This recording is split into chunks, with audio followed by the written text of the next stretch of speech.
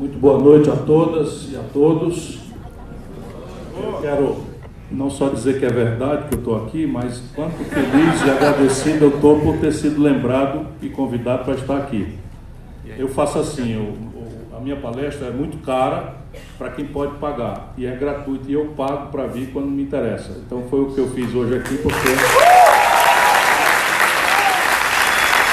vocês, a juventude, são a primeira vítima e a chance da insurgência revolucionária que o Brasil precisa construir. Portanto, eu estou aqui trabalhando para tentar acender a chama de uma insurgência da juventude brasileira. Deixa eu cumprir aqui um protocolo muito grato para mim. Deixa eu botar os óculos, que eu já não tenho mais a juventude de vocês. Cumprimentar todas as professoras e professores, na pessoa do magnífico vice-reitor, professor Marcelo Ávila. Cumprimentar o nosso futuro prefeito, Gustavo Mascarenhas. Eu fiquei absolutamente impressionado com a sua fala, estou vendo uma votação política aí. Cumprimentar Mel Cauã, coordenador financeiro, é verdade mesmo, pode beliscar aqui. Cumprimentar o professor Flávio Corrêa, coordenador do curso de Ciências Contábeis. Cumprimentar o professor Márcio Sampaio, diretor do Departamento de Ciências Humanas da Universidade Estadual da Bahia. André Luiz, diretor conselheiro do Conselho Regional de Contabilidade da Bahia. Professora Vivian Nunes, muito obrigado pela generosidade, eu espero não frustrá-la. Minha cara Liz Rocha, representando os jovens profissionais contábeis. Érica Helena, representando as mulheres na contabilidade. E, se me permite, eu quero cumprimentar o secretário de Saúde de Salvador, um amigo que eu ganhei. Grande quadro, Léo Prates, obrigado pela sua companhia. E ainda que esteja aqui como professor, falo também aos meus companheiros e companheiras do PDT, agradecendo ao Aldo, que sempre faz aqui a nossa militância modelar. A minha primeira disciplina e minha primeira cadeira como professor da universidade foi Finanças Públicas, Direito e Direito Tributário, essas duas disciplinas, na Faculdade de Ciências Contábeis da Universidade Vale do Acaraú, que é a Universidade de Sobral. Portanto, eu tenho muita alegria de poder atender vocês e vou tentar adaptar a minha conversa hoje para que vocês percebam com muita clareza que há uma dimensão central na crise brasileira que é basicamente derivada da falta de inteligência estratégica dos tomadores de decisão, da liderança política brasileira nos últimos anos em matéria de contabilidade. Acreditem, quando eu fui pensar um pouco o que eu deveria trazer para vocês aqui, vendo o tema, eu me adverti de que, de fato, o problema brasileiro é de interdição ideológica, e essa interdição ideológica basicamente colide com um método científico que basicamente compreenderia, ou deveria compreender, o Brasil em matéria de fluxos e de estoque. Ora, fluxos e estoque é um assunto absolutamente da ciência contábil. Então, não é que a crise brasileira seja trivial ou simples. Pelo contrário, eu sustento para debater que a crise brasileira, neste momento, que toca para vocês suportar nos ombros o peso dessa crise pesadíssima, é a mais grave crise da história da nação brasileira. Pelo acúmulo de camadas e de complexidade e de uma falta completa entre os tomadores de decisão desta geração que comanda o Brasil, estou falando de uma geração, para que a gente fique fora um pouco das paixões e ódios que estão aqui esquentando demais a política e impedindo um olhar mais reflexivo, mais inteligente. A primeira camada da crise, a gente não está advertido bem disso, vem de fora. É que há uma crise grave, fundamental, do ponto de vista estrito senso da palavra fundamento, da democracia representativa no mundo. Não é brincadeira, se vocês olharem, muito recentemente, a primeira democracia constitucional do mundo, a Inglaterra, a Grã-Bretanha, fechou seu parlamento utilizando, por um primeiro-ministro estranhíssimo, para ficar numa palavra, vamos dizer, diplomática, que é mais ou menos um Bolsonaro, não é? Inglês, melhora um pouquinho, não é tão imbecil, mas é absolutamente reacionário. Fechou o parlamento inglês usando uma lei dos anos 1600. A segunda maior democracia do mundo, que encantou Tocqueville, os americanos, também está no momento em que o Trump é o seu presidente. Para não sair da linguagem diplomática, no mínimo uma figura estranhíssima. Fascista também, misógino, machista, xenófobo, belicista, não é? Neocolonialista, imperialista. E assim, vejam a nossa vizinhança. Porque países grandes como o Brasil, a China, a Índia, a velha Rússia, às vezes não percebem o constrangimento que vem de fora e a gente não se percebe de que uma parte do problema nosso é um colapso do conceito de progressismo e de democracia representativa. Nesse momento, estão experimentando em diversos níveis de intensidade uma gravíssima convulsão. O Equador, o Peru, a Venezuela, o Chile, a Argentina, o Uruguai conseguiu escapar de um processo, mas a Bolívia caiu numa espécie de golpe também. E isso é bom que a gente pense, porque nós não estamos definitivamente isolados, nem do mundo, nem do nosso contexto. Prestem atenção nesse aspecto, outro dia a gente conversa mais sobre isso, porque hoje eu gostaria de focar nessa dimensão da crise que tem essa metodologia das ciências contábeis. A segunda camada da crise, para explicar quanto pesada é essa crise, é que o Brasil está vivendo um colapso constitucional.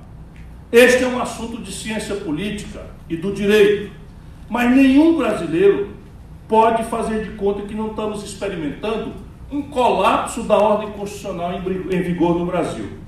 O que aconteceu? Em 1988, boa parte de vocês não tinham nascido, eu já era ex-deputado 2 vezes, prefeito de Fortaleza. Não é? Eu comecei muito cedo. Em 1988, nós nos celebramos como uma grande social-democracia. Nós desenhamos uma Constituição extraordinariamente generosa, de um lado, no aspecto jurídico, institucional e político, afirmando a democracia, as liberdades, em antagonismo à noite da ditadura e do autoritarismo. Se vocês perceberem, esta grande celebração das liberdades, das franquias públicas, está em xeque pelo surto autoritário que cerca toda a sociedade civil brasileira. Não é por acaso, há um esforço de desmoralização da universidade, dos artistas, dos intelectuais. Há um esforço por quê? Porque o obscurantismo não sobrevive diante da luz da ciência e das artes. O obscurantismo não suporta a cultura. O obscurantismo só viceja na ignorância. E se vocês bem olharem, a premissa dos dirigentes brasileiros é a ignorância. É uma aposta de que o nosso povo é incapaz, ou seria incapaz, de ajuizar suas questões, seus problemas, e de tomar parte num processo coletivo. Por isso, de um lado, nós caímos na apologia do culto à personalidade. Como se um país de 210 milhões de pessoas precisasse seguir um homem, uma mulher ou outro homem e se dispensar de refletir, de debater os problemas, a consciência dos valores e qual é a parte que toca para nós na construção do futuro que nós almejamos para superar a nossa grande perplexidade e o medo. Hoje, o maior conselheiro do autoritarismo é o medo. O nosso povo está procurando os templos. Não é por outra razão, não. O Brasil sempre teve uma devoção ao sagrado. Eu estou na Bahia, estou no dia do Senhor do Bonfim. Mas esse entranhamento do amor ao sagrado com a politicagem fascista ou neofascista é uma novidade para nós brasileiros. E esta novidade só viceja com este casamento do medo com a ignorância. O medo, porque não é brinquedo. Nasceu na favela, ou vai ser preso ou vai ser morto o garoto. O trabalhador brasileiro, os números, eu vou daqui a pouco a gente passar para a metodologia das ciências contábeis, os números são absolutamente chocantes. Mas o que eu estou dizendo é que a segunda camada da crise é que a Constituição de 88 desmoralizou-se entre nós. A minha geração celebrou esse pacto constitucional, comemorou com grande efusão e alegria, mas já não nos sentimos animados em defendê-la. E as jovens gerações consideram a nossa Constituição ou uma abstração ou uma mentira. Por quê? Porque ela anuncia que todo brasileiro tem direito a um salário mínimo, a um valor equivalente às necessidades de uma família para comer, habitar, se vestir, se transportar, ter saúde, vírgula, e lazer. O DIEESE calcula o valor desse salário e chega perto de R$4.000. Nós estamos com o salário congelado em R$1.000 e poucos agora. Ela anuncia com grande generosidade, nós temos que defender isso, mas não entrega para o povo, isso é uma grande mentira, que todo brasileiro tem direito à saúde pública de qualidade, em qualquer nível de complexidade, sem nenhuma condicionalidade, pela generosidade do Sistema Único de Saúde. Vocês sabem qual é a opinião que o povo brasileiro tem sobre a saúde pública. Por mais esforço que se faça, e nós temos que defender o SUS, porque só quem viveu nos Estados Unidos, como eu, por uma tarefa acadêmica, sabe o que é não existir um sistema público de saúde. É ruim, mas acreditem, é completamente diferente do americano ser atropelado no meio da rua, com a perna, com a fratura exposta, você chega querendo chamar o SAMU, e ele diz, não chame não. Mas como não chama não? O cara com a fratura exposta ali, não chame não, porque custa $2.000 e eu não tenho para pagar. E no Brasil, mal e porcamente, o anúncio oponível, inclusive com força judicial, de um sistema de saúde público, está aí, mas não entrega.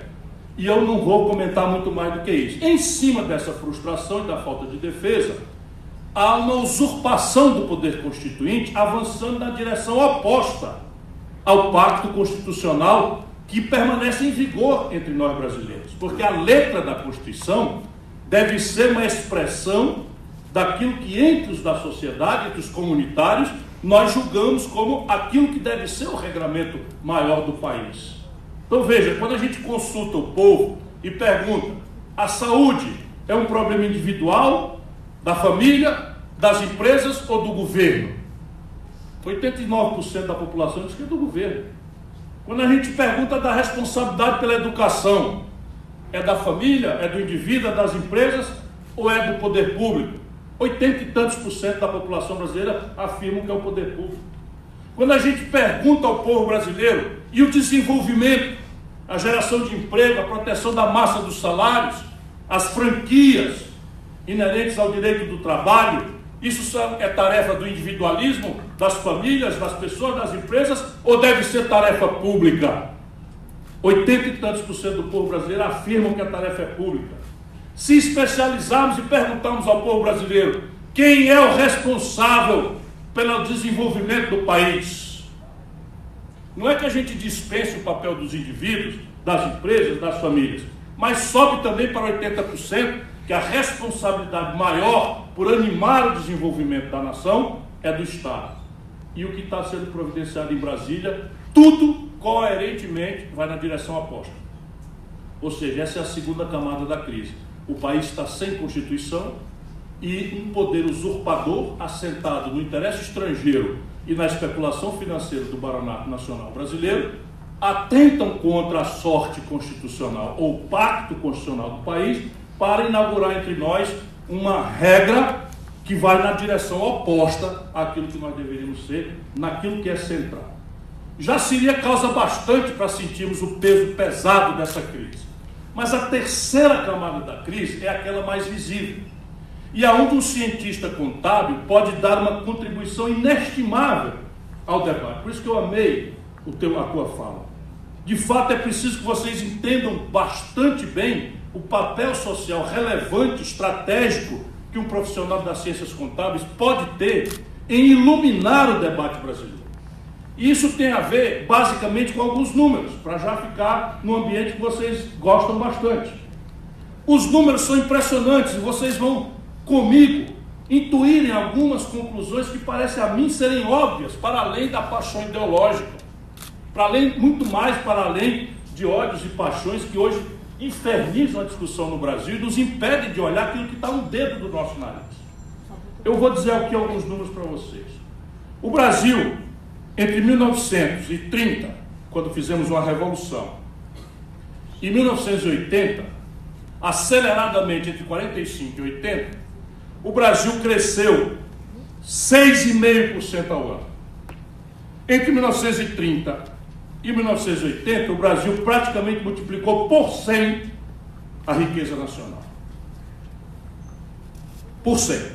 De 1980 para cá, aquilo que era um crescimento de 6,5% ao ano, caiu para 2% ao ano. Cruzeiro do Sul, que ilumina o nosso céu, é o mesmo. O chão, né, que o 2 de julho, né, tisnou de sangue, é o mesmo.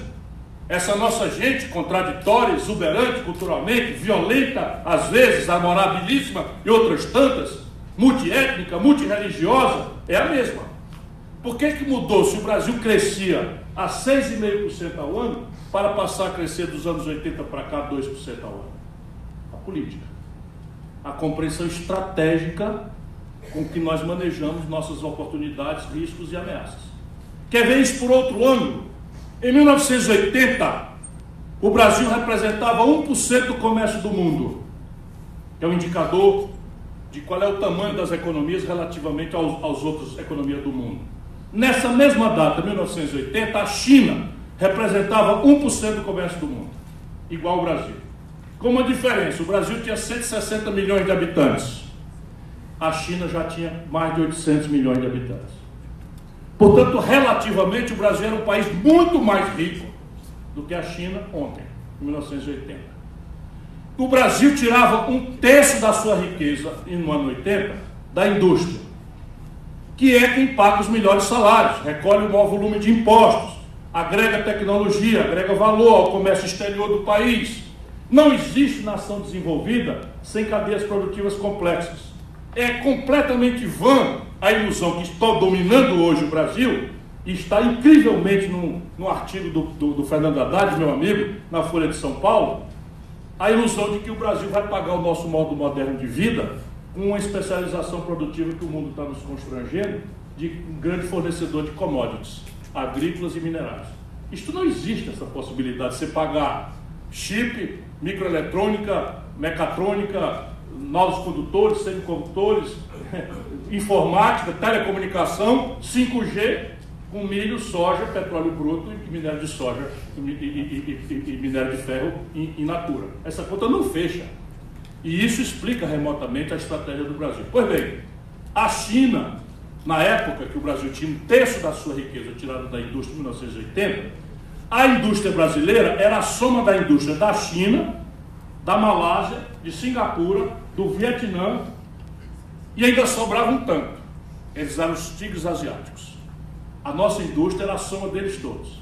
Pois bem, 80, não estou falando do século XIX não, falando 80 agora, né? Eu nasci em 57, então eu já era taludinho, já estava me preparando para ser deputado em 82 a primeira vez.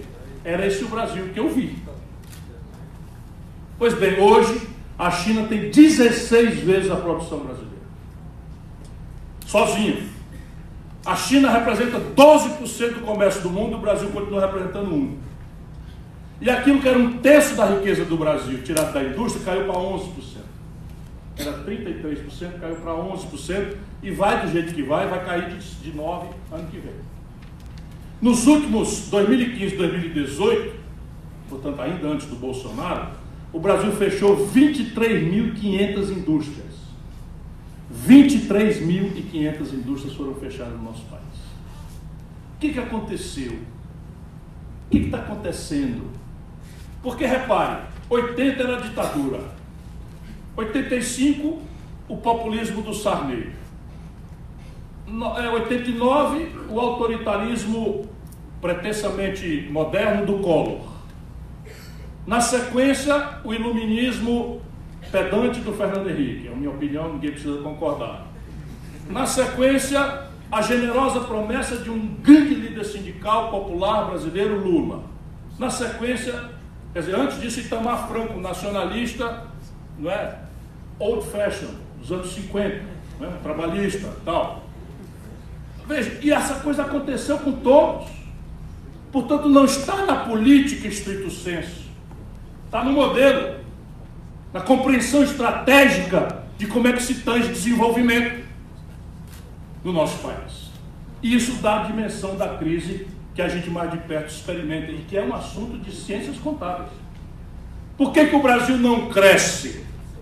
Eu tenho para mim que o Brasil não cresce porque os 4 motores que movimentam o crescimento econômico estão colapsados por problemas de estoque e de fluxo. Os 4 motores que ativam a economia estão colapsados E o debate político por essa mistura de ignorância, com interdição ideológica, ódios, paixões, moralismo, de goela. Não é? Porque o discurso moral, agora apropriado por uma direita que atavicamente é pilantra e corrupta. O Bolsonaro é o homem da mamata, do carguinho e da roubalheira. Não se preocupe que eu não estou caluniando ninguém.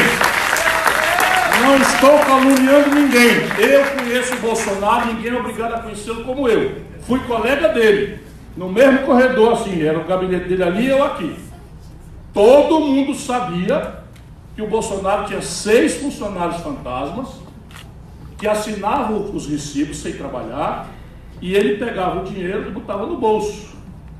O Queiroz, que vocês vão ouvir muito falar ainda, não foi cria do Flávio Bolsonaro. O Queiroz trabalhava com o Bolsonaro quando o Flávio Bolsonaro estava nos coeiros. A filha do Queiroz era uma das 6 funcionárias fantasmas. Era personal trainer no Rio de Janeiro, com 100% do horário ocupado, treinando pessoas. Isso tudo, mas isso não é disso que eu vou falar. Estou falando só que o moralismo, misturado com interdição ideológica, culto à personalidade, apostando na ignorância do povo, não vai nos permitir ver aquilo que eu tento ajudar vocês a compreender, que é um assunto de vocês, de ciências contábeis. Primeiro motor da ativação econômica. Este primeiro motor é responsável por 60% da atividade econômica brasileira quando ela cresce. Quando a riqueza brasileira cresce, 60% da razão de crescer é dado pelo consumo das famílias. Ninguém precisa ser economista brilhante para entender essa obviedade. Porque se as famílias consomem, o comércio vende mais. O comércio, para vender mais, contrata mais pessoas e encomenda mais da indústria. A indústria, com encomendas crescentes, contrata mais pessoas e encomenda mais da matéria-prima. Então é uma obviedade. E o consumo das famílias é produto de 3 condições, 3 pré-condições. A primeira, emprego. A segunda, renda. A terceira, crédito. Fora disso, não tem consumo das famílias. Como é que vão as coisas nessa área? O emprego no Brasil, a partir inclusive da aberração da reforma trabalhista. O emprego no Brasil, formal, está sumindo. Anotem os números. Desemprego aberto no Brasil, 13 milhões de pessoas em números redondos. Informalidade, nesta uberização da economia, a qual os cínicos da elite brasileira estão chamando de empreendedorismo. Empreendedorismo, que é o cidadão agarrado numa motocicleta ou numa bicicleta, de madrugada, correndo feito um doido para ser atropelado e morto, para ganhar R$5 na entrega do iFood. Pois bem, sabe quantos brasileiros estão nessa? E o número é recorde histórico? 38.800.000 pessoas. Pega 12 milhões, 13 milhões de abertamente desempregados e agrega 38,8 milhões de pessoas. E me responde como vai o emprego e a renda do povo. Eu digo para vocês, 50% do povo brasileiro, hoje, e isso está em declínio, está obrigado a viver com R$413 por mês. Metade da nação brasileira está obrigada a viver com R$413. Daqui a pouco, na farra que vocês vão ter juízo, vai ser mais ou menos a conta média de cada 10 juntos, supondo que a cachaça vai rolar. Eu também sei como é que as coisas funcionam. Eu fui o organizador do primeiro Ened. Vocês estão no 33º, o tempo passa. Então, repare. Então, o motor renda está colapsado. Motor emprego colapsado. Motor crédito. 65,3% das famílias brasileiras estão endividadas. E este número está crescente. Entre esse endividamento, 5 milhões de jovens que caíram no conto do FIES estão inadimplentes com 11 bilhões de reais e não têm a menor chance de pagar, e estão somados aos 63 milhões de brasileiros que estão com o nome sujo no SPC. Recorde histórico e piorando. Então, o primeiro motor da economia, consumo das famílias, pela renda, pelo crédito e pelo emprego, não vão acontecer. Segundo motor, o investimento empresarial. Aqui também dois problemas, que são muito simples de serem entendidos. A grande pergunta fica depois que eu fizer o diagnóstico. Mas hoje, o segundo motor, que é o investimento empresarial, está colapsado por duas razões. Razão número 1, só em ordem de apresentação. Capacidade instalada ociosa da indústria brasileira se aproxima de 1/3. É de 25% a 30%. O que é isso? O Brasil tem capacidade de produzir 100 geladeiras e só está produzindo 70. Porque não tem quem compra 100. Pergunta simples, que só o Paulo Guedes não quer ouvir. Ô Paulo Guedes, presta atenção. Se eu tenho capacidade de produzir 100 geladeiras, só estou dando conta de produzir 70 porque não tem a quem vender, alguém vai investir para fazer outra fábrica de geladeira? Então, com capacidade instalada ociosa de 1/3, não tem investimento. Mas há uma outra razão, irmã daquela das famílias, é que o empresariado brasileiro, e me preocupa mais gravemente o pequeno, está com o pior nível de endividamento da sua história. O problema é de ciências contábeis. Chegam a 1 trilhão e 400 bilhões de reais o passivo consolidado vencido do mundo empresarial privado brasileiro. 5 milhões e 500 mil pequenas empresas estão no Serasa, proscritas, banidas do crédito. Haverá investimento, se esse é o nível de endividamento empresarial, com um gravame que você também já mencionou, por isso que eu amei a sua fala. O gravame é que no Brasil, o governo, há mais de 20 anos, isso aqui é constrangedor e chocante, há mais de 20 anos, o governo brasileiro paga por um papel do rentismo, da especulação financeira, mais alto do que a rentabilidade média dos negócios da economia real. É assim, se tu tiver um roçado, se tu tiver um comércio, se tu tiver uma indústria, uma locadora de veículos ou uma agência de viagens, serviços, você tem um lucro médio de 5%, 7%. A rentabilidade do papel, consistentemente no Brasil, é bem acima disso. Então a pergunta é, haverá investimento com esse nível de endividamento? E se eu não investindo, botar o dinheiro pouco que eu tiver no papel, eu ganho mais do que no negócio? Ou pior ainda, se eu não tendo dinheiro, como é o caso extenso da vida brasileira, como é que eu vou tomar dinheiro emprestado para botar no negócio cujo lucro vai ser menor do que o juro que eu vou ter que pagar para o banco? Isso é matéria de ciências contábeis. E nem o empresariado brasileiro está vendo porque ele tem uma esquizofrenia. Qual é a esquizofrenia? Ele está vendo no balcão dele que as coisas estão erradas, mas ele, na pessoa física, ele ganha na especulação financeira. Resultado, ele está pedindo ao poder político para estressar os outros custos incorrentes no ato de empreender dele. A saber, os custos de carregação do Estado, pede uma reforma tributária que desonere a atividade privada. E os custos do trabalho, diretos, reforma trabalhista, e indiretos, reforma da Previdência. Daí vem essa agenda. A agenda é essa, para conservar a esquizofrênica atitude de perder no negócio e ganhar no particular, na pessoa física, conservando a perversão da taxa de juros mais alta do mundo, que segue sendo, apesar do Bolsonaro estar praticando a menor da história, com vergonha nesse momento da palestra, com muita vergonha, mas a verdade é que precisa ser dita. O Bolsonaro, esta anta, está pagando a mais baixa taxa Selic. Ele nem sabe o que é isso, mas o Paulo Guedes está pagando a menor taxa Selic da história do Brasil. Porque a esquerda, francamente, a dita esquerda brasileira, precisa parar um pouquinho, botar a mão na cabeça e fazer autocrítica. Ou, se não fizer autocrítica, aceitar a repulsa crescente que experimenta no meio do povo. Isto é fato. A Selic com a Dilma era 14,5%. Com o Bolsonaro é 5%. Isto é absolutamente constrangedor, mas ou a gente bota o dedo na ferida, espreme o tumor, bota o pulso para fora, ou nós não vamos retomar o respeito e a confiabilidade que merecemos junto ao nosso povo. E esses malucos é que vão ganhar a batalha moral e intelectual entre nós. Terceiro motor, o investimento público.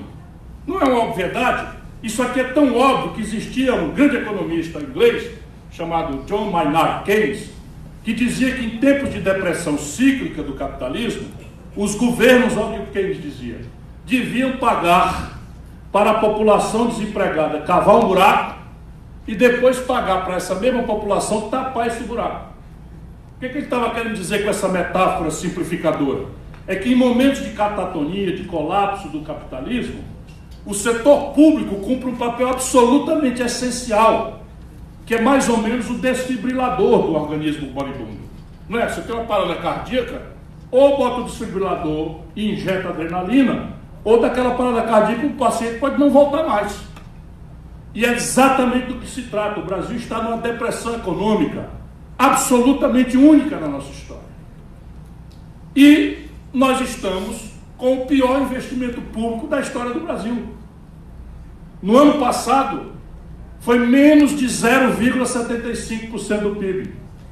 Esse ano, para 2020, estão previstos no orçamento, ainda antes do contingenciamento e dos cortes, ridículos 16 bilhões de reais para o Brasil inteiro, pelo ano todo, para todas as funções e tarefas. Só para vocês terem uma ideia, Fortaleza, a cidade de Fortaleza, esse ano está investindo 2 bilhões de reais. O Ceará tem estimados 4 bilhões de reais para investimento. A União Federal Brasileira, o Brasil, 210 milhões de habitantes, estima investir 16 bilhões de reais. Só para vocês terem uma ideia, 24 mil obras públicas estão paradas, inconclusas, se deteriorando no Brasil. Coisas graves, centrais, da logística do país e que estão se deteriorando. O investimento público é uma variável fiscal. E nós vamos voltar a isso, mas não tem um terceiro motor também. E o quarto motor, menos visível, mas este ano se revelará com toda a sua crueza, porque é filme velho, que as elites brasileiras fazem de conta que não querem aprender, que é o seguinte: o Brasil, quando chega nesses 2% de crescimento médio dos anos 80 para cá, tem uma trava que proíbe ele de crescer mais, e aí ele cai de volta. Qual é? Quando a gente cresce 2%, cresce o consumo. Na hora que cresce o consumo, nós estamos nos desindustrializando. Então, cresceu o consumo e a indústria brasileira não tem mais participação relevante, todo mundo corre para consumir o importado. Resultado, explode a importação, que é paga com dólar, e o Brasil não tem crescentemente os dólares suficientes para pagar. Aí você tem uma crise no balanço de pagamentos, porque se desvaloriza a moeda do Brasil, o real. Nós já estamos vendo isso acontecer. Sabe quantos bilhões de dólares fugiram do Brasil, inclusive da Bolsa de Valores? Vocês veem como a ilusão de ótica é grave. Os estrangeiros tiraram 47 bilhões de dólares do governo Bolsonaro para cá. Em um ano, 47 bilhões de dólares saíram do Brasil. E o Bolsonaro queimou quase 10% das reservas cambiais que o Brasil tem, que é uma espécie de caderneta de poupança em dólar, torrou 37 bilhões de dólares tentando segurar a proporção do real com o dólar, porque, e aí vocês são profissionais que são mais fáceis de explicar do que a maioria das pessoas, o valor da moeda tem a ver com o equilíbrio da conta em dólar. Então é a mesma coisa de banana no mercado de Salvador. Se tiver muita demanda por banana e pouca banana, o preço da banana tende a subir. Então eu tenho um buraco na conta muito grande em dólar e falta o dólar. Então o preço do dólar em real sobe. Só que quando o preço do real sobe, isso não é problema de quem joga no câmbio. Isso é problema de economia popular, mas isso não deixa o povo saber. Por que é um problema de economia popular? Porque modernamente, com a integração das economias, todos os preços relativos, mais cedo ou mais tarde, acompanham o dólar. E os meus amigos que militam comigo já estão achando engraçado, mas se não pelo mérito, pela repetição. Porque o povo não compra dólar, mas come pão. Aí sabe como é, né? Pão é dólar. Está funcionando, o pessoal está vendo. Pão é feito de trigo. E o Brasil não produz suficiência de trigo, tem que importar do estrangeiro. Importar do estrangeiro significa pagar com dólar. Então, se eu precisava, como é o caso, a Dilma tomou posse, a gente precisava de R$ 1,75 para comprar um dólar de trigo. Quando ela foi derrubada, a gente estava precisando de R$ 4 para comprar um dólar de trigo. A sensação do povo é que perdeu metade da capacidade de consumo em comparação com o momento que a reelegeu. E aí vira ódio. Isso explica o que aconteceu no Brasil. Vocês verem a centralidade disso. E agora, então, a pergunta é, ou são duas as perguntas. Primeiro, alguém aqui acha que esse nível de problema, de complexidade e de variáveis, as 4 variáveis de crescimento econômico estranguladas, tem solução pelo mercado? Que o avulso aí do dia a dia, cada empresário fazendo o que quer e dá na cabeça, que é o individualismo, do neoliberalismo, que o mercado é que resolve isso, passa na cabeça de alguém raciocínio, não estou falando de interdição ideológica. A questão é, para esses 4 graves motores colapsados, o mercado tem condição de resolver? Ou, mais generosamente, é justo que a gente exija do mercado que ele resolva isso? Nenhuma chance. Zero chance. E aqui está a grande questão ideológica, que é onde a tragédia acontece. Como o debate não é científico, o debate não é inteligente, o debate é completamente picareta, do ponto de vista intelectual, fica essa coisa que nós vamos fazer a agenda do bom moço internacional, vamos aviltar o custo do trabalho, vamos desonerar a folha de pagamento dos encargos previdenciários e o Brasil será reconhecido como um bom moço internacional. Com a bênção do Donald Trump, nós vamos ser objeto de uma enxurrada de investimento. Não é essa o discurso oficial? Pronto, aqui a radiografia feita. Vai acontecer isso? Precisa de alguém ser consultor da Bloomberg? Isso não vai acontecer. Sabe por que não vai acontecer? Porque nunca aconteceu na história da humanidade. Nunca aconteceu na história da humanidade de nenhum país, nenhumzinho sequer, para dizer, não, pelo menos esse aqui é uma exceção. Não tem exceção. Nenhum país cresceu, sustentou seu desenvolvimento com base no dinheiro dos outros. E tem um hoje que sustenta. Hoje, modernamente sustenta. Os americanos. Eles não têm poupança, mas eles têm um negócio chamado dólar, que é basicamente um papel pintado de verde, no qual, por enquanto, o mundo aposta e confia. Por enquanto. Então, a China tem 5 trilhões de dólares de reserva em dólar. O Brasil tem 360 bilhões de dólares em papel americano. A Alemanha tem 200 bilhões de dólares em papel americano. O japonês tem 300 bilhões de dólares em papel americano. Se o Brasil vai comprar uma picanha do Uruguai, nós trabalhamos em real, o Uruguai em peso, mas a gente transaciona com dólar. Essa mamata vai acabar. E aí volta a regra, nenhum país do mundo sustenta desenvolvimento. Não vai acabar ainda, e eles estão fazendo o quê? Guerra. Por que eles fazem guerra? Para sustentar o complexo industrial interno deles e para sustentar o dólar como reserva de valor do mundo. Essa é a razão das guerras eternas. O tempo todo fazendo guerra, porque enquanto não tiver paz econômica, a China não vai transformar o yuan numa reserva de valor, embora já esteja começando a transacionar entre ela e a Rússia, estão experimentando, transacionar em moeda em yuan, em rublo, etc. Mas antes que uma guerra internacional, uma terceira guerra mundial aconteça, os americanos ainda vão viver dessa mamata única, intransplantável, que é deter o padrão de troca internacional. Então a primeira resposta da pergunta é não, o individualismo, o mercado, o laissez-faire não tem capacidade, nem é justo, nem tem experiência antecedente no mundo que ele possa resolver o problema. Isso aqui é inteligência, não é ideologia. É assim, eu estou falando, não há nenhum país do mundo que tenha experimentado isso. Alguém pode agora me interromper e dizer assim, não é verdade, professor. Como é que tu disse para o professor? Professor, isso é um absurdo e tal. Pode dizer para mim, não tem problema. Só aqui, Singapura, tal, qualquer um. Paulo Guedes, manda alguém numa palestra minha, Paulo Guedes. Eles não mandam não, eles me ignoram. Porque é irrespondível. É irrespondível. A segunda razão, que é essa é a primeira, que não funciona, a segunda razão é que a peculiaridade brasileira, os manuais de economia do Ocidente não conhecem. Os manuais de economia do Oriente não conhecem. Então Paulo Guedes, um aluno medíocre de Chicago, leu mal e porcamente e parou de ler nos anos 80, e vem com aquilo, casca e tudo, para implantar um modelo que já está vencido entre nós. Só que se eu chego numa palestra em Oxford e eu digo que a taxa de juros no Brasil, para descontar uma duplicata em Salvador, é de 42% ao ano, o cara pensa que é problema de tradução. Pardon me? 42% ao ano. Sabe quanto é na Inglaterra? Há 10 anos? 1,2% ao ano. Quem é que entende isso?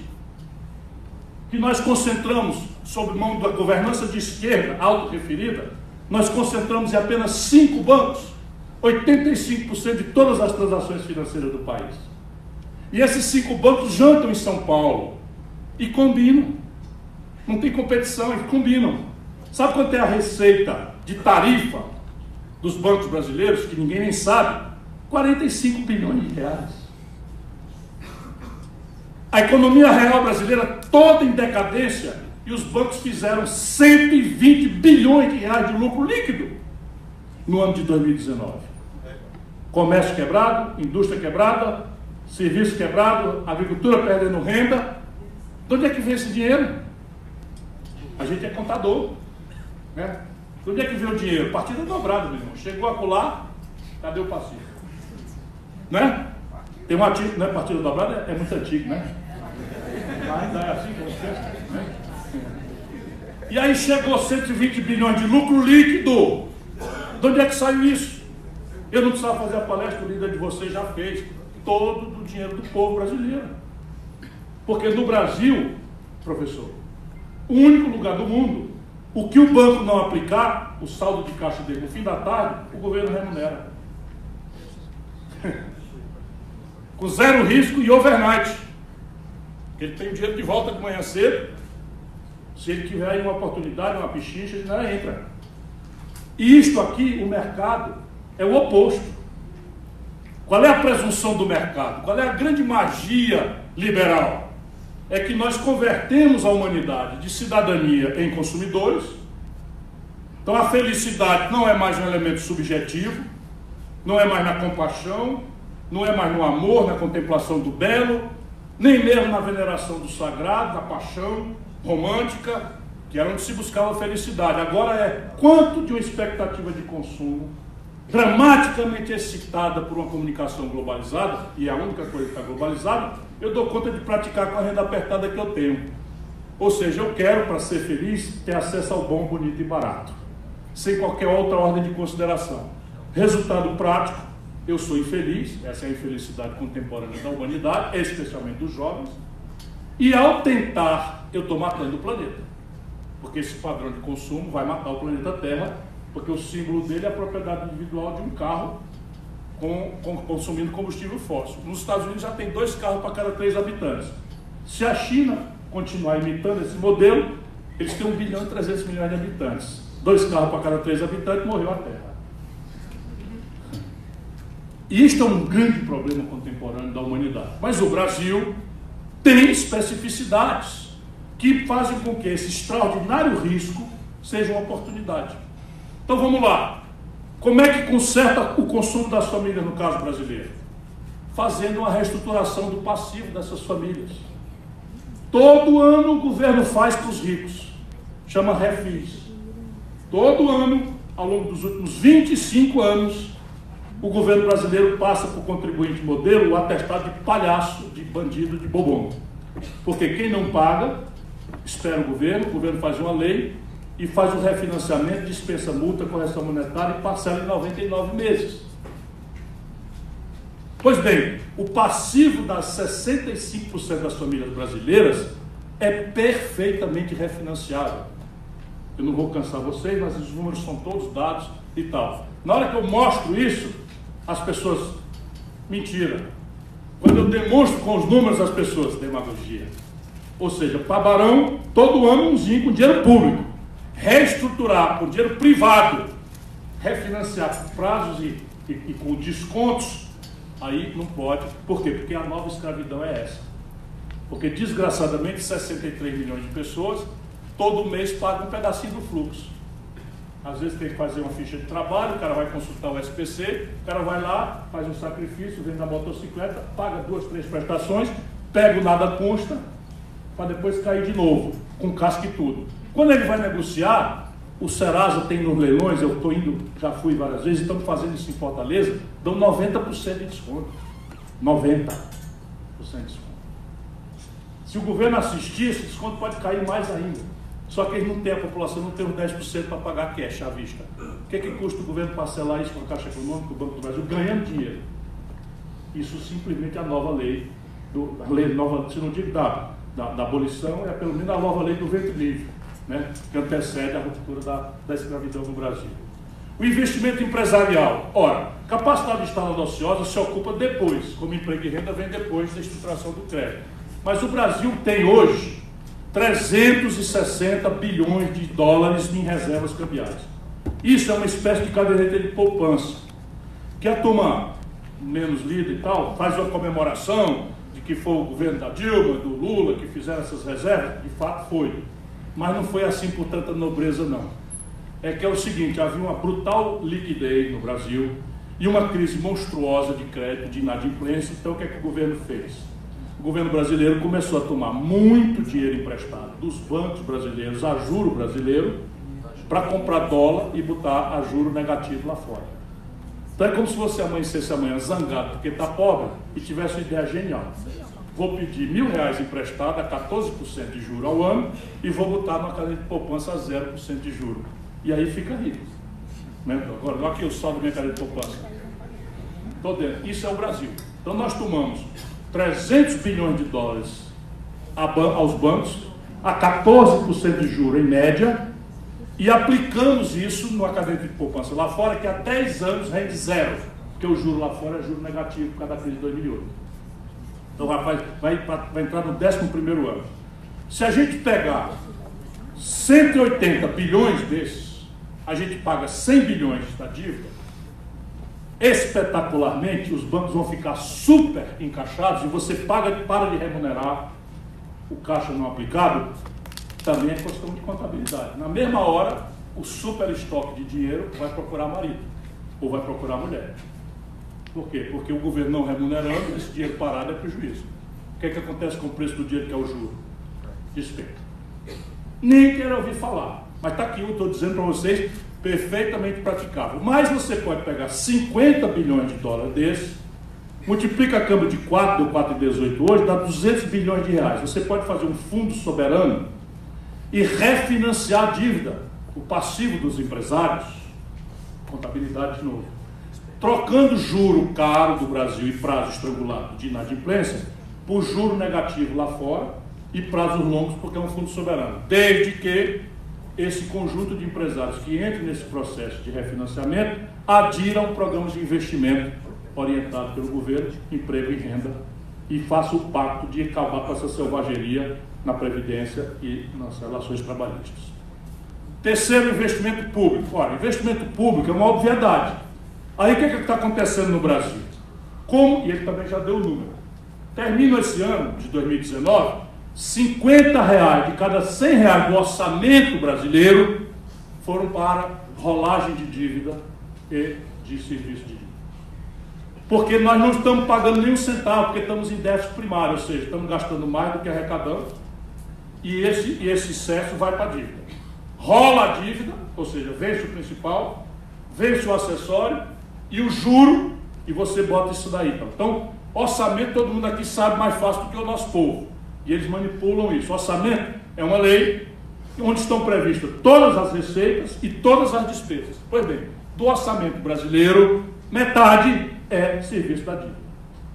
25% Previdência Social. Só que na Previdência Social, você tem assim, entre os trabalhadores normais do regime geral de Previdência, o déficit por cabeça ano é de R$1.600, reitor. O déficit por cabeça ano entre os trabalhadores do comércio, da construção civil, da agricultura, os trabalhadores brasileiros, é R$1.600 por cabeça por ano.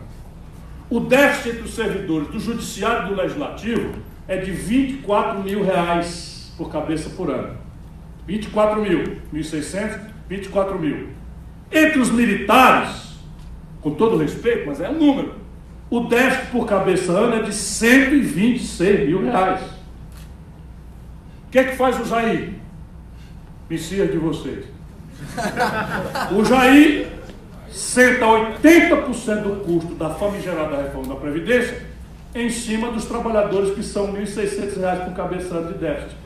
E aumentem até 75% o salário dos generais, dos oficiais superiores. Ou seja, na reforma, ele distorceu mais gravemente os privilégios que há no Brasil. Estou falando para vocês, a reforma da Previdência, do jeito que foi feita, deu aos generais 75% de aumento. Não deu nem para os cabos e soldados, e praças, e sargentos, quebrando até um princípio de hierarquia que é base da organização militar, desmoralizando na tradição das Forças Armadas Brasileiras, porque esse governo tem 114 oficiais generais ocupando cargos superiores na administração. Esta é a ditadura militar. O Bolsonaro tem muito mais general no governo do que o general Gás, o general Figueiredo e o general Médici juntos. Para a gente não alimentar a ilusão de que existe algum estamento no Brasil que tem a verdade, o monopólio da decência e a tutela e tal. Tudo esses aí, todos entreguistas, porque estão entregando o Brasil aos americanos de graça. O negócio da Embraer não pode ser chamado de negócio, é negociata. Entregaram a Embraer para a Boeing, que está falindo, para fechar. Entregaram a base de Alcântara, entregaram cota de importação de trigo, entregaram visto unilateralmente. Qualquer pessoa de Salvador tem que ir no consulado, passar não sei quanto tempo, responder 50 perguntas, para ver se pode ser visitado em Irlanda ou não. Os americanos podem vir, quebrando um princípio da diplomacia internacional, que é a reciprocidade. E o Brasil não é um país que esteja desorganizando a Europa, que não pede visto ao Brasil. Por que os americanos querem ser mais do que a Europa? E eu não tenho nada contra a sociedade americana. Estou dizendo que hoje esse governo é governo títere dos interesses norte-americanos. 1/3 dos combustíveis que nós estamos consumindo no Brasil, em números redondos, são hoje importados dos Estados Unidos, enquanto 1/3 das refinarias brasileiras estão paradas. Então a Camaçari vai fechar, se vocês não abrirem o olho. Vai fechar, se não abrir o olho, porque toda a política é de desmantelar a capacidade de autonomia do Brasil em petróleo, gás e bioenergia. Aceitaram a cota de etanol. Nós estamos comprando etanol de milho e de beterraba dos Estados Unidos, subsidiado, destruindo o nosso esforço. Quem inventou o etanol fomos nós, o biocombustível, que é uma oportunidade de ouro. Então, repare, eu estou desenhando aqui alternativas e soluções, mas a premissa é a resposta daquela pergunta. Existe solução individual? Não. Essa solução exige um projeto. Existe condição do mercado individualmente, espontaneamente resolver? Não. Isso exige uma coordenação estratégica de um governo empoderado e lúcido, iluminado pelas ciências contábeis, porque trata-se de um problema de equilíbrio patrimonial, sob o ponto de vista dos grandes passivos, e de fluxo. E aí no fluxo tem condição? Vou dar para vocês aqui alguns exemplos que eu já estou descansando.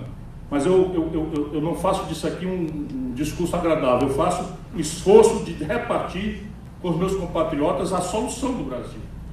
O Brasil o nosso déficit público em bases correntes foi de 130 bilhões de reais se a gente não aceitar a mentira do Bolsonaro, que é contabilizar receitas once and for all como se fosse receita corrente. Deixa eu ver o que eu estou querendo dizer. O Bolsonaro pegou 70 bilhões do BNDES, isso é que é pedalada fiscal, de capital que o Estado brasileiro botou no BNDES, descapitalizou o BNDES e botou na conta pública. Fazendo essa conta, e não tem 2 BNDES, 3 BNDES para o ano que vem, para o outro ano. É uma vez e acabou. Então, na forçação de barra, na marreta, eles terminam o ano com 80 bilhões de reais de déficit. Em bases correntes, o déficit brasileiro é pelo menos 130 bilhões de reais. Então, essa é a nossa tarefa, 130 bilhões de reais por ano. Então, veja bem, o Brasil é um de 2 países do mundo que não cobra tributo sobre lucros e dividendos empresariais. Só o Brasil e a pequena Estônia, no leste da Europa. Se o Brasil cobrasse o que eu já cobrei quando ministro da Fazenda do Itamar, portanto, não é comunismo, não é uma expropriação, é uma coisa normal que o mundo inteiro faz. Na crise de 2008, os americanos aumentaram esse tributo. Se nós cobrarmos só o que eu já cobrei quando ministro, e o Fernando Henrique revogou, e os anos do petismo mantiveram revogado. Lucros e dividendos empresariais. O Brasil arrecada por ano 70 bi. Quanto era o buraco? 130. Vocês são contadores, não era 130 menos 70? Pela matemática moderna, professor? Né? Eu preciso achar o resto do dinheiro. Eu achei 70 e 130, então falta 70. É isso? 60.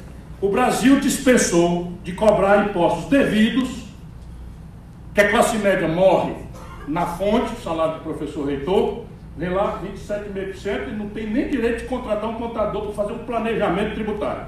Morre ele na fonte. E o povo trabalhador nem sabe. Mas quando faz uma ligação de um pré-pago, um diarista, dentro do ônibus aqui em Salvador, fazer, patrão, estou chegando atrasado porque teve uma confusão no terminal, 40% do custo dessa ligação é imposto.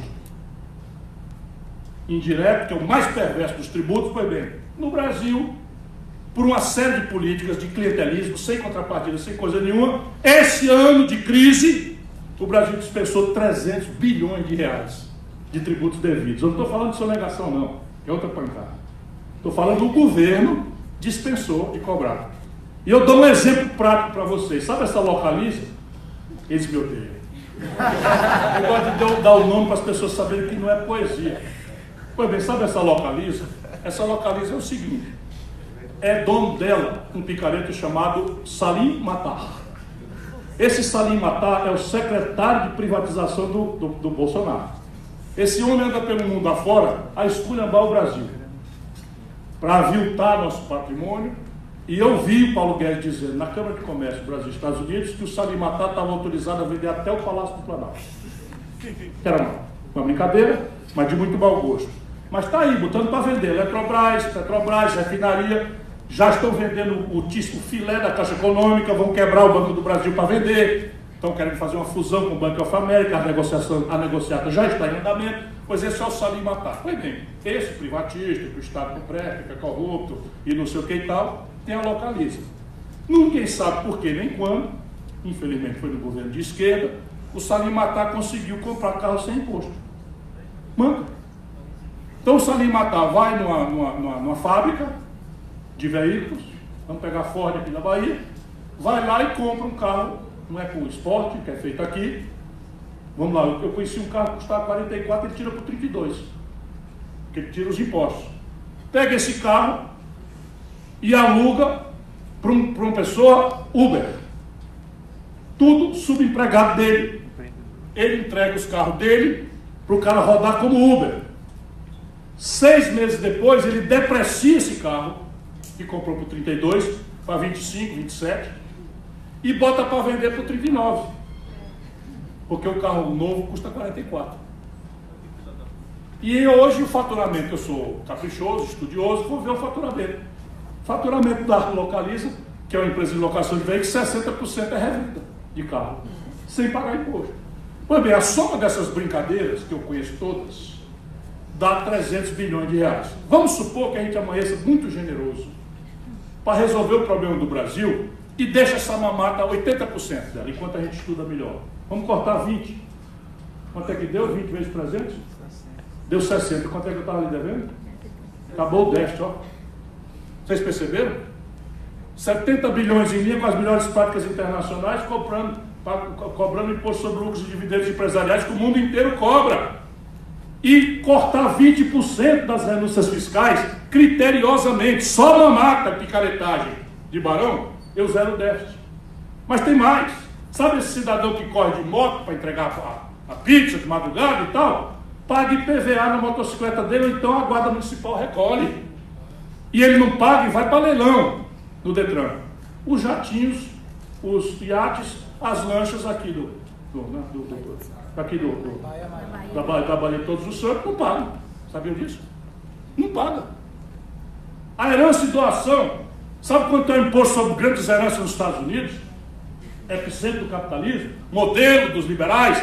Esse Paulo Guedes, se você, o Bolsonaro, se você chutar o saco do Trump, vai atingir o maxilar dele.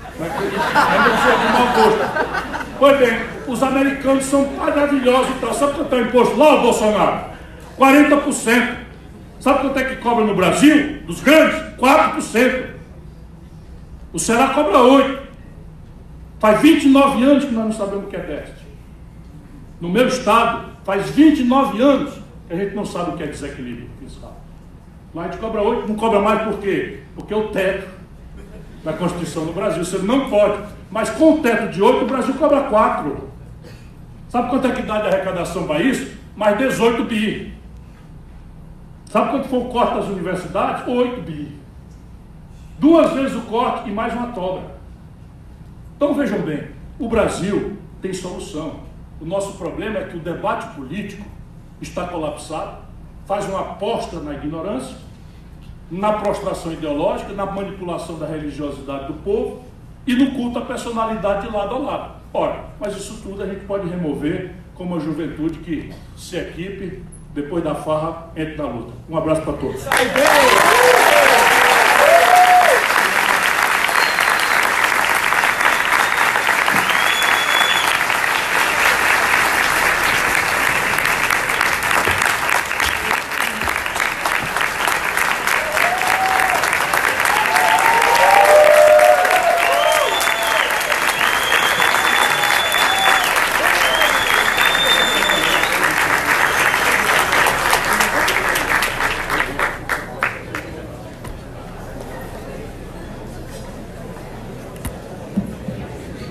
Boa noite, gente.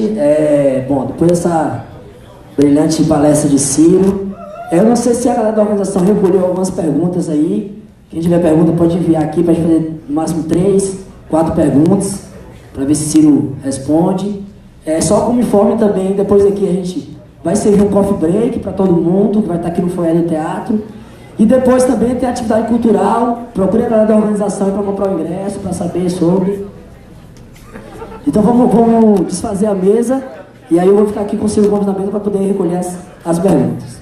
Muito obrigado a todos os professores, a Mel, Liz, todos os companheiros. Tem mais alguma pergunta aí?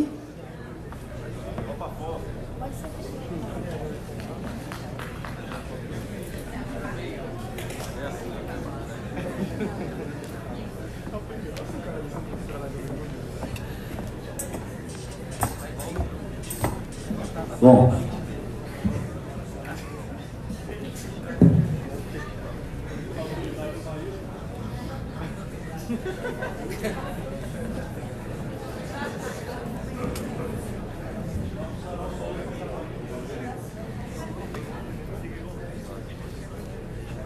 temos aqui 13 perguntas, uma que é realmente bem de contador, que acha do simples, tem até um amigo meu que fez um TCC sobre isso, vai ajudar ele.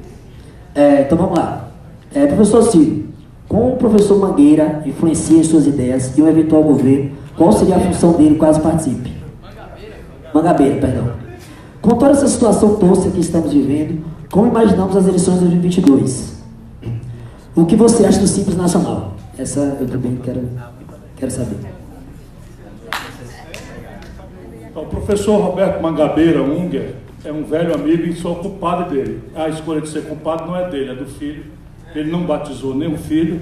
E o Gabriel, quando eu escrevi um livro junto com ele, trabalhamos juntos muito tempo, e o Gabriel acabou se afeiçoando a mim, e quando fez 10 anos se converteu ao catolicismo e me convidou para padrinho. Então eu sou culpado do Mangabeira, mas não devo a ele, Mangabeira, essa honra, ao Gabriel, meu afilhado.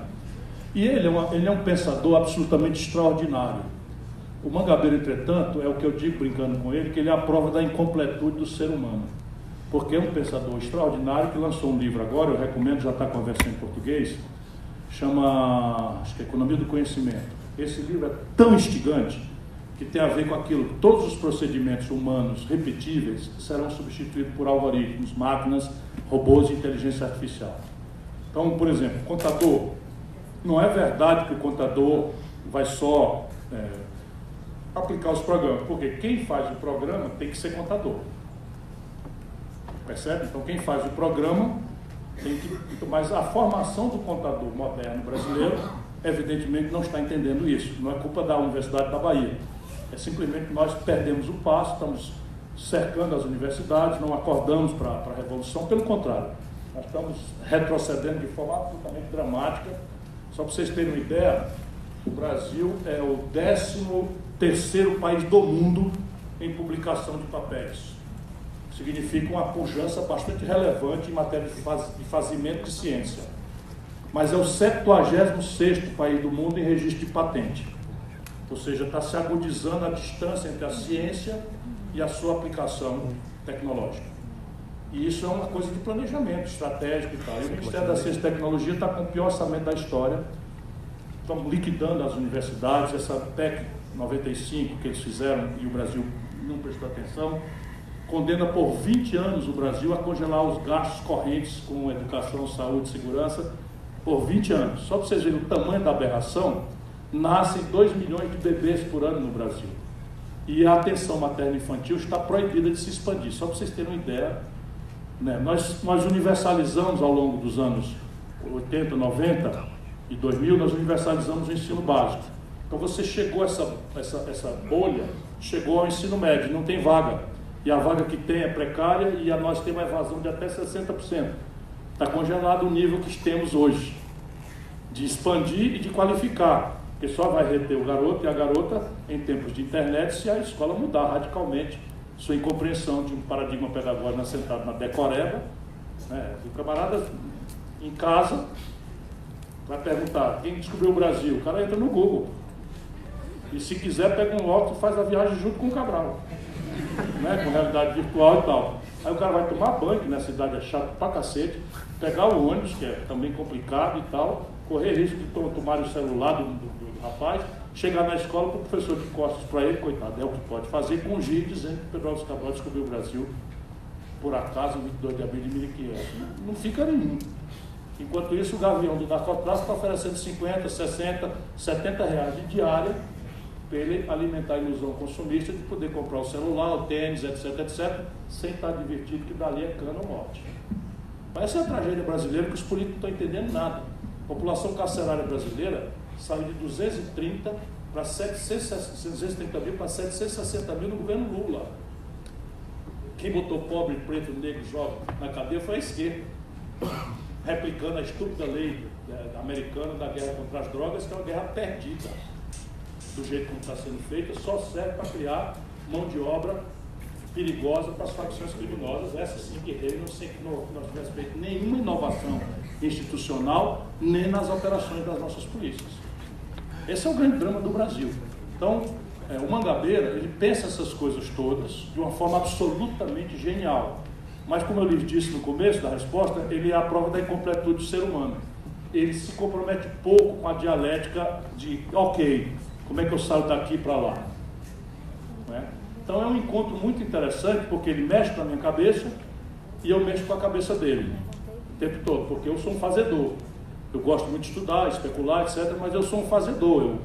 Enfim, não é gabolista. Eu estou me apresentando, eu era governador, ganhei o Prêmio Mundial de Combate à Mortalidade Infantil no estado miserável do semiárido do Nordeste, do Ceará. Falei aqui que sou política fiscal, ninguém tem nada parecido. Eu, governador, sabe o que eu fiz com a dívida pública do Ceará? Fui lá e comprei. 100% da dívida imobiliária do Ceará eu comprei com 30, 20 anos de antecedência. E nem podia nem me gabar, porque eu comprei com deságio. Eram títulos de 20 anos, que eles vendiam a tempo presente com 32, 35, 34% de deságio. E eu então fui, todo mês ia lá e comprava para proteger o Estado. Então eu ia vencer dali 20 anos, mas era o meu Estado. O resultado hoje, o Estado está aí equilibrado, São Paulo quebrado, Rio de Janeiro quebrado, Minas Gerais quebrado, né? Então essas coisas assim, eu me comovo, sou zangado, porque eu tenho convicção de que o Brasil pode fazer diferente. E o Mangabeira mexe com a minha cabeça no ideal, nas formulações. Por isso nós escrevemos esse livro juntos e continuamos trabalhando juntos. Certamente eu o convidaria para o meu governo, não sei bem em qual lugar, mas ele é um cara que, bem orientado na parte prática, ele é um cara extraordinário. Bom, tem aqui a pergunta sobre qual é a situação tosca, como estamos vivendo, como imagina as eleições de 2022. Eu acho que a gente não devia especular sobre as eleições de 2022, porque isso faz muito mal, já está fazendo muito mal ao Brasil. Então, se vocês repararem, toda a grande demanda do Brasil por um debate, o principal partido de esquerda, o PT, esteve absolutamente colapsado com uma agenda Lula livre. Eu compreendo com a minha alma. Nunca comemorei a tragédia da prisão do Lula, a decadência do Lula. Não é uma pessoa que eu conheço pela televisão, é um velho amigo de mais de 30 anos. Em 1989, o Lula era uma mirabolância, eu era prefeito de Fortaleza e votei nele no segundo turno. Embora já tenha me aborrecido muitas vezes. O PT ficou contra o Campelo Neves, no colégio eleitoral. Pelo gosto deles, o Maluf tinha ganho a eleição, para ser o quanto pior, melhor. E tudo bem, vira a página. Depois o PT ficou contra a Constituinte, agora tiver a Gleisi. A Constituição, o Bolsonaro está rasgando. O PT não assinou a Constituição. É porque o Bolsonaro não sabe de nada. É a turma deles. E, porra, vocês não assinaram a Constituição, vocês sabem que é uma Constituição burguesa, que não presta para nada, e agora estão reclamando que eu estou mudando a Constituição. O PT ficou contra o Itamar e ficou contra o Real. Eu corri o risco de ser ministro, renunciei ao governo do Ceará, onde eu era o governador mais popular do Brasil, para assumir a batata quente do Plano Real no auge de uma crise. Então, assim, aí é moleza o cara ficar só na boa, esculhambando e tal, e vai na boa, e traz todo o pensamento progressista pelo beijo do lado deles. De repente, para explicar o inexplicável. Porque se a gente pode debater o processo viciado que o Lula sofreu, eu não tenho a menor dúvida, eu sou bacharel em Direito, professor de Direito, advogado. O processo do Lula foi viciado. O Moro é um politiqueiro, ambicioso, sem escrúpulo, está tudo certo. Agora, daí a dizer que não houve um aparelhamento do Estado brasileiro e que a corrupção virou orgânica no PT, é mentira, porque virou. Eu avisei do Eduardo Cunha, avisei do Eunício Oliveira, avisei do Sérgio Machado, cansei de avisar, né, de várias coisas. Então eu sei muito de perto que para eles o Estado virou uma propriedade. E como o Lula virou um Deus, pode fazer o que quiser e bem entender. E isso está matando o Brasil. Está matando o Brasil. Porque se o debate do campo da direita é o desmonte do Estado brasileiro nessa velocidade, nessa complexidade, do nosso lado é a defesa do indefensável, ou da simplificação grosseira, que a gente faz um movimento contra a reforma da Previdência, a faixa na frente Lula livre. A gente faz um debate contra a reforma trabalhista, faixa na frente Lula livre. Resultado prático é que a sociedade brasileira foi cooptada, a sociedade civil brasileira, nós estamos levando a maior pancada e ninguém quebra uma vidraça. Porque toda e qualquer oposição parece comprometimento com o petismo que a população abomina hoje. Não digo nós no Nordeste, que até temos uma visão diferente, mas eu que viajo ao Brasil, vocês não têm ideia o que é o lulopetismo na cabeça do cabo do Centro-Oeste, do Sul, do Sudeste brasileiro. O Bolsonaro, nesse momento, ainda pode andar pelado na rua, bater na mãe, e ainda vai dizer o seguinte: se fizer tratar mal, o Lula volta. E funciona. Presta atenção de hoje em diante, não concordem comigo, presta atenção, se não é uma espécie de simbiose, de parasitismo reverso. O Lula escolhe ele e ele escolhe o Lula. Desse jeito, as eleições de 2022, o resultado já é conhecido. Porque o Bolsonaro pode ficar no caminho, mas o bolsonarismo saiu do armário. Esse movimento neopentecostal, fundamentalista, esse saiu para sempre. É uma novidade. Aí qual é a minha posição em relação a isso?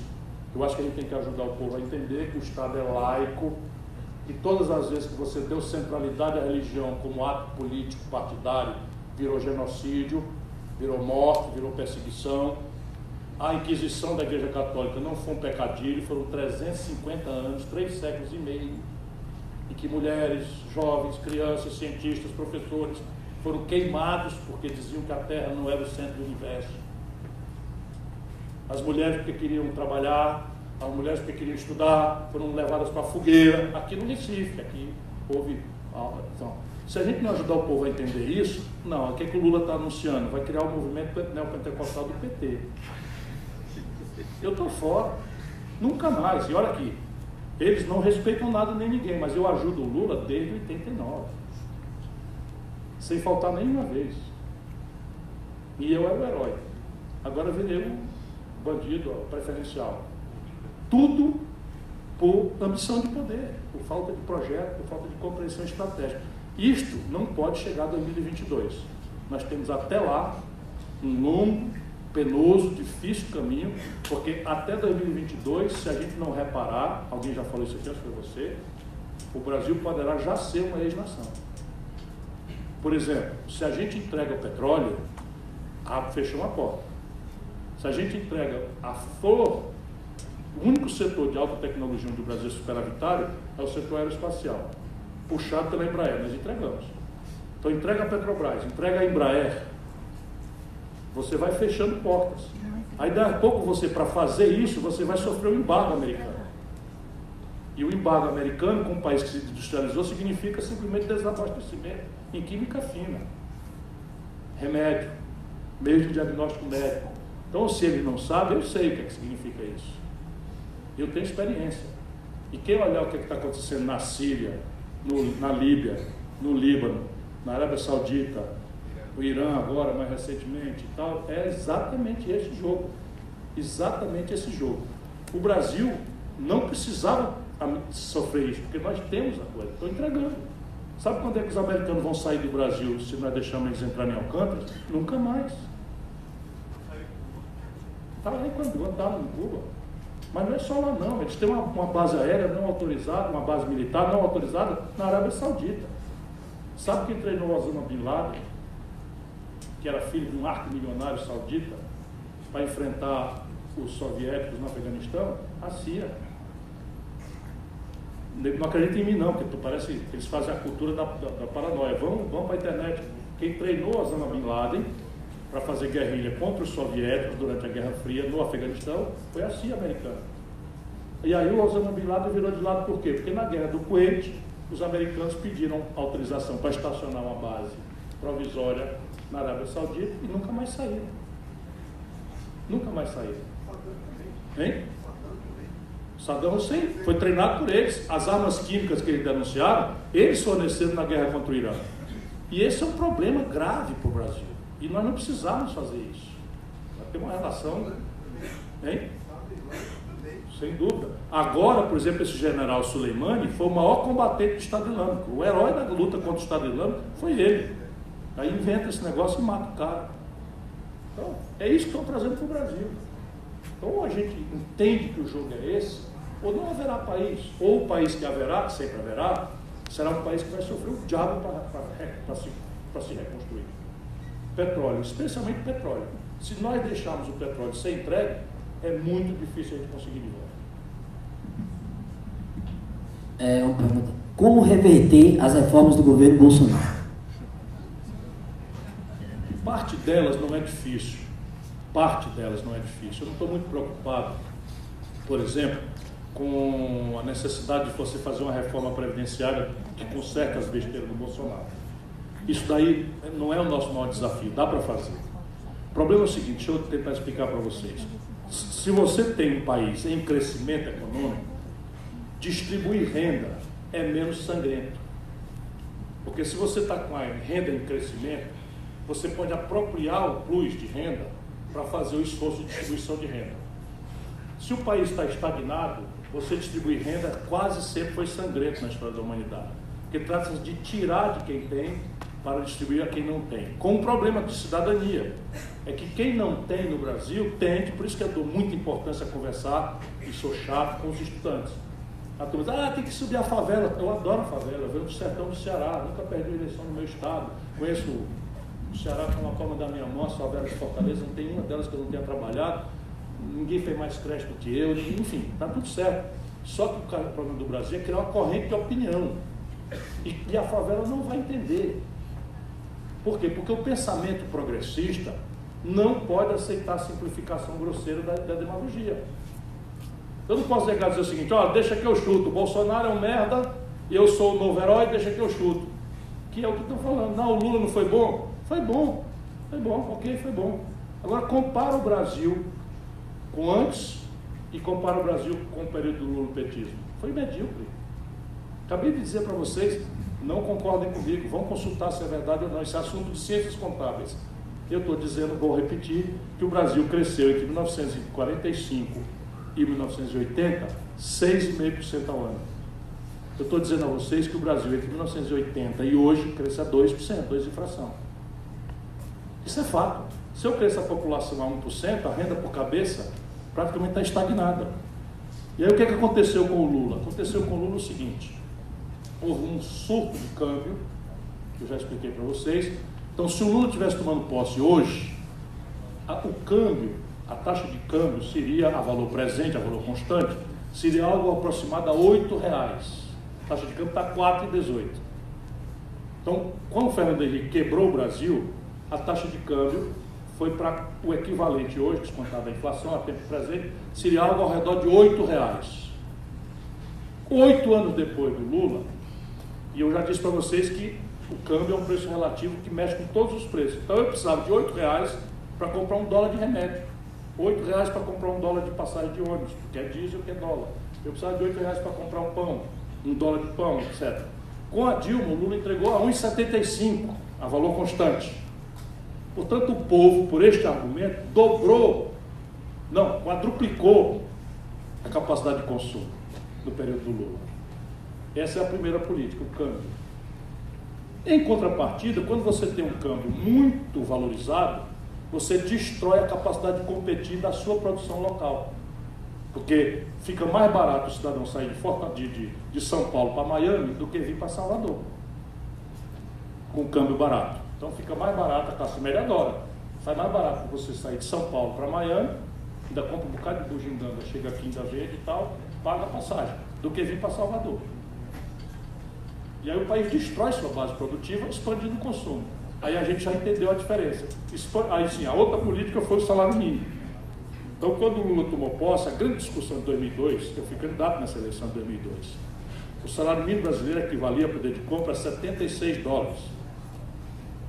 E eu prometia, e fui chamado de mentiroso pelo Serra, que ia levar o salário mínimo a $100 a poder de compra. Com o Lula, o salário mínimo foi para $320. E aí lá no Sudeste eles não entendem isso, pensam que a gente aqui é lulista por causa de Bolsa Família e tal, não nos respeita. Mas o problema é que aqui no Nordeste, 7 em cada 10 carteiras assinadas é salário mínimo. Então o salário mínimo saiu de $100, $76, para $320 a poder de compra. Essa é a segunda razão, explode o consumo. Então a classe D e E, assalariada, saiu para a classe C e passou a comprar micro-ondas, geladeira, prestações, etc, etc. E essa é a terceira coisa, o crédito. O Lula faz um conjunto de políticas extremamente contraditórias, que é Banco Central extremamente conservador, dirigido pelo Meirelles, taxa de juros mais alta do mundo, e o Lula criando crédito dirigido, subsidiado pelo dinheiro público, para camadas. Então, o crédito consignado para os aposentados, o crédito do Pronaf para a agricultura, o crédito Minha Casa Minha Vida subsidiado, o ProUni, o FIES para os estudantes. Então, tudo isso foi sendo criado. Isso tudo, essas três coisas, mais a rede de proteção social, expandiram o consumo do Brasil, explosivamente. E nós não tínhamos base produtiva para isso. Então, explodiu a importação. Por que não quebra na mão do Lula? Porque a China, na contramão do Brasil, como eu mostrei a vocês, estava comprando o Brasil, bombando.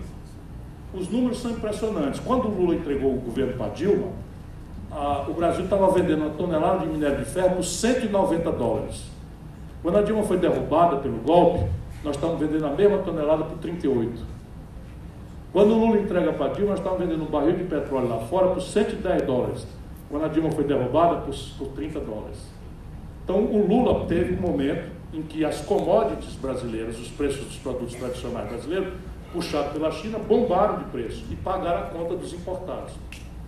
Com a crise de 2008, a China começa a declinar e os preços despencaram. E a Dilma não entendeu nada, porque era um poste que o Lula nomeou para continuar mandando.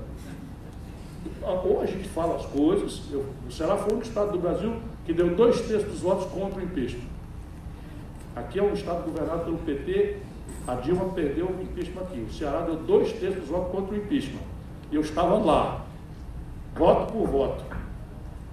Voto por voto. Pedi demissão do meu super emprego na CSN, para ser agredido no meio da rua, brigando, eu, meu irmão, não sei o que, para impedir o golpe, eu sabia do que ia dar. Agora, dizer que foi um governo desastrado, não dá para não dizer. O governo, no primeiro de 4 anos, não conseguiu juntar um terço dos deputados, francamente. De uma Câmara à venda, né? Como demonstrado, a Câmara à venda, a pessoa não tem habilidade, nem capacidade, nem liderança para juntar um terço dos deputados. No Ceará, nós juntamos 2/3 contra o impeachment. 2/3, não foi metade, não. 2/3 votaram contra. Sabe qual é o respeito que eu tenho deles? Nenhum. Porque passei a contar essa história, porque não é possível. Agora é o Brasil. É a nossa sorte no Brasil. Então, ou o Brasil entra numa dinâmica de produção e sai dessa ilusão cíclica do consumismo que não se sustenta, que foi o que derrubou o Fernando Henrique. Fernando Henrique, quando tomou posse, era real 1 por 1. Quando ele entregou para o Lula, era R$8 por 1. Então o povo odeia, nunca mais o PSDB ganhou uma eleição nacional. Vocês não percebem isso? Deu passagem ao Lula. E eles repetem o mesmo modelo. Porque falta projeto, e a política de São Paulo, e do baronato financeiro. A última pergunta, pedi para mim elaborar sobre a auditoria. Acho que é um tema que foi abordado aqui, né? Auditoria da dívida pública, as contas públicas. Nós sabemos que, o senhor falou também, que o orçamento da previsão orçamentária, né, do orçamento público no Brasil, vai destinar 50%, perto disso, para pagar a rolagem da dívida. E quando há superávit, esse superávit é para pagar mesmo a dívida. Há vários indícios de estudiosos da área de que os contratos de swap são negociados de forma clandestina, de forma, né, sem transparência. Isso. E também há as reuniões do cupom que determinam as regras do jogo. Dentro do exemplo do Equador, que conseguiu eliminar 70% da dívida pública, o senhor seria a favor de uma auditoria pública das dívidas transparente, de forma democrática? Eu tenho um compromisso formal com isso, anunciado na minha campanha, e continuo achando que é imperativo ao Brasil. Eu apenas sempre faço questão de dizer que isso tem que ser feito com muita responsabilidade, sem basófia, sem valentia, sem conversa mole, porque a dívida pública corresponde ao ativo da sociedade. Isso é que a gente precisa entender. Então, a dívida pública o que é? O FGTS, a conta dos trabalhadores, que é uma proposta compulsória, é uma dívida pública. E o ativo pertence aos trabalhadores. Se você fizer uma bobagem nisso, quem perde são os trabalhadores. A caderneta de poupança das pessoas é um ativo popular que corresponde a um pedaço da dívida pública. Aí depois você vai ter lá especulação, tal banqueiro, tudo bem. Agora, a grande pergunta que eu faço é de duas naturezas. Primeiro, não sei se vocês sabem, e a Maria Lúcia Fatorelli, que é minha amiga, não diz, porque parece assim que é um ato de heroísmo e tal, mas está dito na Constituição que o Brasil tem que fazer uma auditoria. Sabia? Está escrito na Constituição brasileira. A outra coisa é mais trivial. Qual de vocês, daqui a pouco, indo para o bar, juiz, hein? Qual de vocês, terminando a conta, não pede a conta para dar uma olhada? Eu digo isso não, dos banqueiros que ficam, não sei o quê. Só um minutinho. Você vai num restaurante, você pede a conta, você não olha não a conta. Então assim, o Brasil tem uma rolagem de algo ao redor de 580 bilhões de reais por ano, de uma dívida bruta de 5 trilhões e 700 bilhões, e os caras não querem que a gente olhe a conta. Que é auditoria. Auditoria o que é? Não é calote não, é olhar a conta. E aí, bem, não quero que olhe porque tem muita fraude. Eu fui prefeito de Fortaleza. Eu aprendi que existia muita fraude na prática. Então vocês imaginam que o Banco do Brasil vai enganar a prefeitura de Fortaleza? Né? Você vive com certas crenças, que você vai acordar de manhã, sua escova de dente está no armário do banheiro. Entendeu, né? Determinadas coisas você não... Onde será que está a minha escova de dente? Você não pensa isso, né? Você vai direto, automático, está lá. Então, o Banco do Brasil é credor da Prefeitura de Fortaleza. Aí eu tenho um secretário, que até hoje me ajuda, o Mauro Benevides Filho, aí que tinha vivência, PhD em Vanderbilt dos Estados Unidos, e tinha tido uma vivência no Banespa. Aí eu chamei para ser secretário de Finanças da Prefeitura, ele chegou, olhou e disse, prefeito, isso eu tinha 29 anos. Prefeito, o Banco do Brasil está tomando um dinheiro que nós não devemos. Eu digo, não, que é isso? Não é isso que eu estou lhe dizendo. Aí eu peguei lá, olhei, rapaz, sabe aquela história, o garçom uma vez fez na minha conta e somou a data. Né, hoje é 16. Uma vez, numa farra dessa, eu já meio melado, o cara botou lá 4 cervejas, 2 espetinhos, 3 ovos fritos, não sei o que e tal.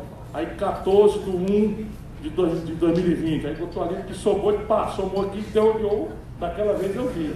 Digo, meu irmão, isso aqui, rapaz, eu somei a data, me desculpa. Olha, tudo bem. Né, botou a data, é esperto. Porra, assim o Banco do Brasil estava fazendo com a Prefeitura de Fortaleza. Aí fui lá, fui para cima do cara, o cara, não, que não sei o que e tal, fui em cima, tiramos algo ao redor de 18% a 19% da dívida que Fortaleza devia ao Banco do Brasil de roubalheira. Vocês imaginam o mercado privado? Então, juros sobre multa, né, informação privilegiada, swap cambial é uma picaretagem completa, que infelizmente a esquerda fez toda hora também. Então eu, sendo presidente da República, haverá uma auditoria da dívida.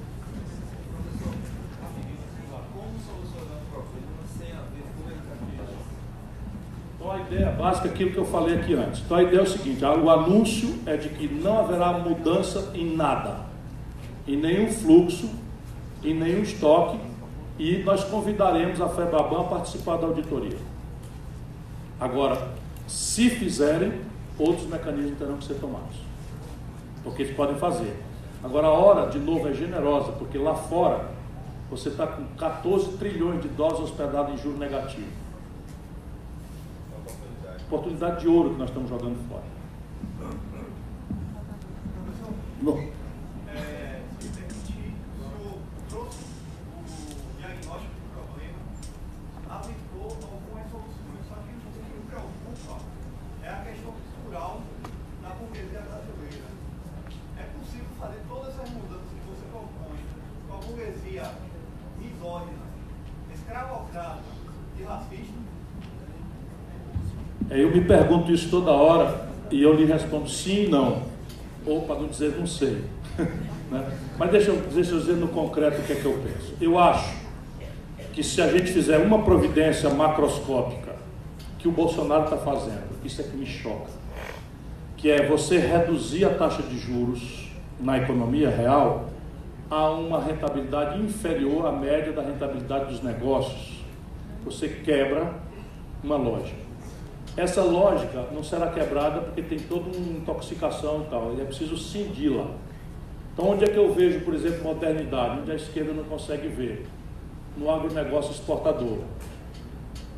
Esse agronegócio exportador não é mais aquilo que a gente vê que a turma do Bolsonaro, que a turma da motosserra, de matar índio, não sei o que e tal. O agronegócio exportador está ligado já na Bolsa de Chicago, sabe que se o Brasil for mal afamado em matéria de trabalho escravo, populações tradicionais, meio ambiente, não vai mais vender, vai perder o certificado de sustentabilidade, não vai mais vender, e eles não empregam gente, não empregam ninguém, é tudo automatizado, robotizado e etc. Agora, e tem uma turma aí. Depois, o que eu estou pensando muito concretamente em fazer? É mais ou menos revisitar, sem a ilusão nacional desenvolvimentista, mas revisitar a estratégia do Getúlio. O Getúlio fez o que fez sem ter uma burguesia nacional. Não tinha essa burguesia nacional. A burguesia que nós tínhamos era rural, escravocrata, né, oligárquica, vinha da República Velha, o diabo, e tanto que foi a guerra. 32 é uma insurgência contra o sopro de modernidade da Revolução de 30. E o Getúlio faz o quê? Cria um aparato estatal e cria uma burguesia nacional através de um conjunto de ferramentas públicas, que não precisam ser mais as mesmas. No meu caso, por exemplo, o que é que eu imagino? Complexo industrial do petróleo, gás e bioenergia. Aqui você tem uma vantagem comparativa de potencial global, que é do Brasil. E eu, às vezes, acho que tem um cérebro desmontando isso. Porque você vai ver, depois o complexo industrial da defesa, que é o único setor que eu já falei, de alta tecnologia, onde o Brasil era superavitário. Com a entrega da Embraer, passaremos a ser deficitário. Aí estão entregando. Depois o complexo industrial do agronegócio. Metade dos insumos da agricultura brasileira são importados. Agora mesmo a Petrobras está fechando uma fábrica de fertilizante no Paraná. Fechando, por isso simplesmente botando 1.000 pessoas para fora. Quando a gente devia fazer o oposto, verticalizar e nacionalizar, porque não tem problema tecnológico, os insumos são nacionais, que é potássio, fosfato, enfim, uma série de coisas que o Brasil tem, né, e potencial de escala numa política industrial de comércio exterior, né, em que o BRICS também tem um papel estratégico. O Bolsonaro, atendendo ao Trump, está tirando o Brasil da OMC, onde nós temos um Estado de Nação em Desenvolvimento, que permite essas ferramentas, para botar o Brasil na OCDE, onde nós perdemos o que a China nunca quis. A China não aceitou e o Brasil nunca quis. Tudo está acontecendo na nossa barba e não se quebra uma vitrine nesse país. Por isso que eu aceito o convite para mim, porque vocês estão vendo quanto chato eu sou. É para criar uma corrente de opinião, senão eu deprimo. Sabe, se eu ficar em casa vendo o que está acontecendo e não contar para as pessoas, e aí o problema de ideia, de exemplo e de militância. E você tem ainda o complexo industrial da saúde. O que eu imagino fazer esse complexo? É uma dinâmica muito interessante que embrionariamente a gente tem feito lá no Ceará. Então a ideia qual é? Você tem a ferramenta da compra governamental, em que o governo federal, ano passado, comprou do estrangeiro 17 bilhões de dólares. Multiplica por 4. 7 vezes 4, 28, vão 2, 4 vezes 1, 4, 2, 6. 68 bilhões de reais, gerando emprego na Europa e na China, de coisas cuja patente está vencida em 80% dos casos. Aí você pega a Universidade Estadual da Bahia, pega uma escola qualquer aqui, equipa, faz um instituto de engenharia reversa, copia, cama de hospital, prótese, não sei o que e tal, venture capital, incubadora de empresa e jovens empreendedores, de preferência originariamente pobres, que cresceram, qualificados por estudar, vão receber a compra governamental, a capacitação gerencial e disseminar essas novas práticas subindo o morro. Eu acho que isso é perfeitamente possível. E isso cria uma nova burguesia no Brasil. Bom, professor, mandaram aqui também que para o senhor ganhar juventude é importante tomar uma cerveja na Cultural com a gente. Bom, encerro por aqui, então fica findada a abertura do 33º Encontro Nacional de Estudantes de Ciências Contábeis. Vamos para o Cultural, vamos tomar essa cerveja. E amanhã tem atividade acadêmica o dia todo, sábado também, domingo. E agradecer mais uma vez ao professor Ciro Gomes pela palestra brilhante, pela exposição. Muito obrigado.